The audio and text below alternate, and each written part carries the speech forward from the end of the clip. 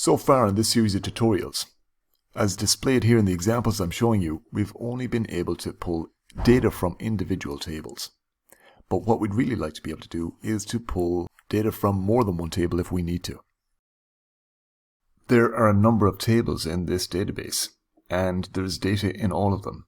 And all of the data is related to one another, as we can see here in the diagram.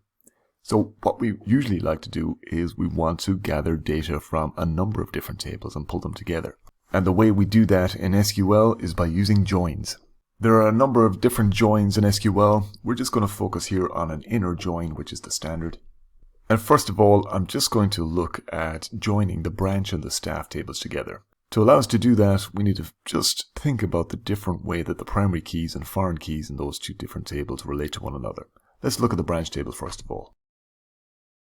So with the branch table, we can see there's 5 different branches, but the primary key field, which is the first field, that is the unique identifier of each of those different records.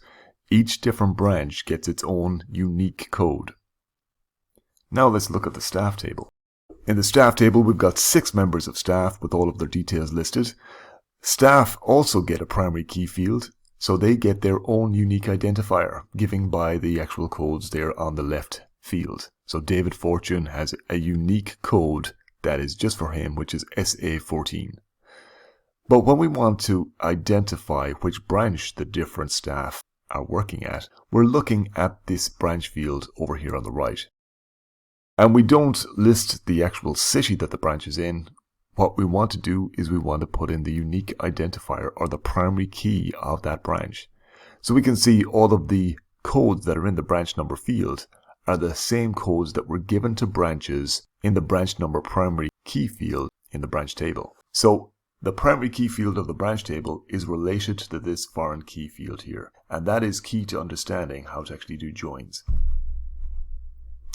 Now, I'm going to use the join keyword straight away here.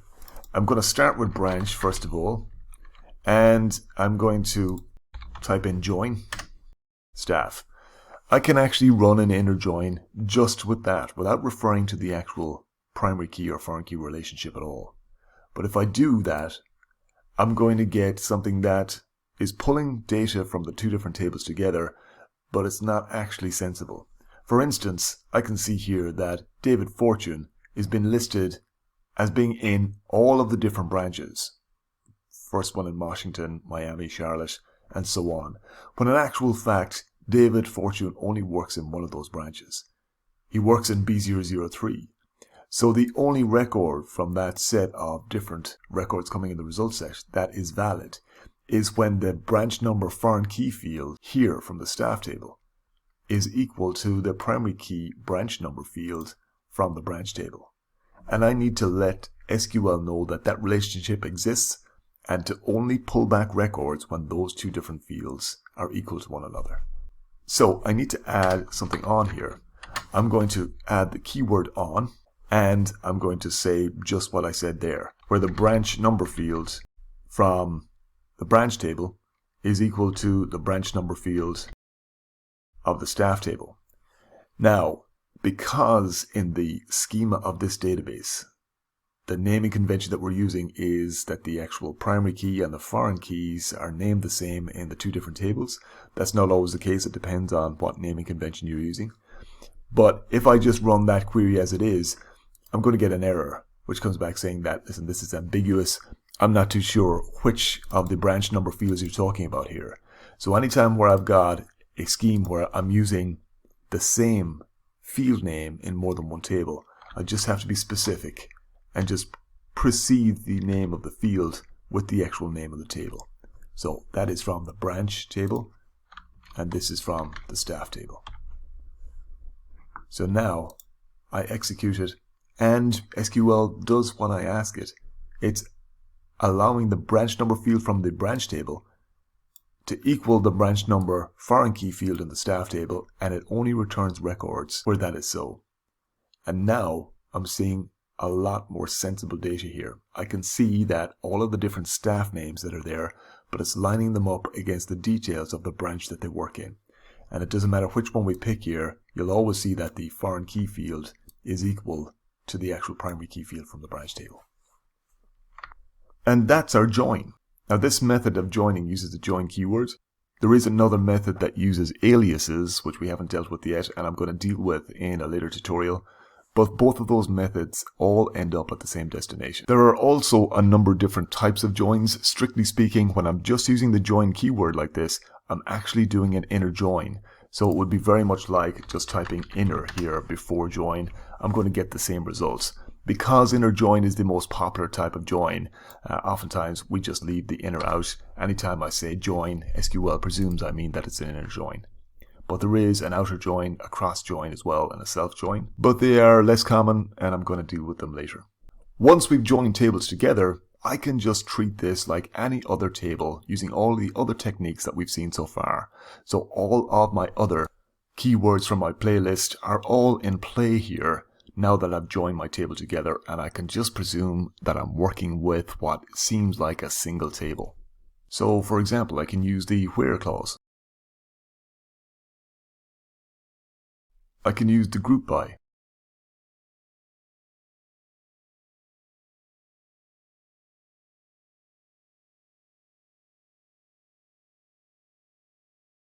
And here we see some of the data coming in from both of the tables. I can use having. And see, yeah, all of those different keywords that we've looked at so far, they are all in play here. I'm just treating the joined table as if it's just a single table again, and I'm just taking care of anytime that I'm naming different fields from the joined table, that if there is more than one field with that name, I just precede it with the name of the table that I'm talking about. And this join that I'm after showing you here, it just deals with two tables. What about if I want to join three different tables together? So the tables I've joined thus far was the branch table over here and the staff table. But let's say I wanted to join in the property for rent table as well and join three different tables together. Well, I'm going to do the same join I did before, joining branch and staff, and then straight away I'm just going to use another join keyword to join staff to property for rent. And again, it's going to be through this relationship on the staff number primary key from staff over to the staff number foreign key in property for rent. So this was the original join, just joining branch and staff. Let me just take the join keyword down onto the next line. And then I'm just going to join on the property for rent table. And again, it's going to be on staff.staff number to property for rent.staff number. And now I've got three different tables joined together. All of those different pieces of data from the three different tables are all relevantly joined, and I can trace through that David Fortune not only as part of this Miami branch, but also takes care of the apartment at 5 Novar Drive. And just like before, once those tables are joined together, I can treat this result set that I see in front of us, I can just treat it as if it is a single table with just a lot of different fields in it. And I can filter, sort, use a where clause, group, etc., etc. in exactly the same way from here on in as if it was just a normal single table. So that is the power of joining tables, and it opens up the entire database to us. And really we can pick and choose whatever tables that we want to join together, whatever data that we want to relate to one another. The sky's the limit in terms of trying to analyze the data from this database. Now I can join different tables together. As I've mentioned, this video is part of a series of tutorials in this playlist. Please like and subscribe so other people can find this content. Thanks.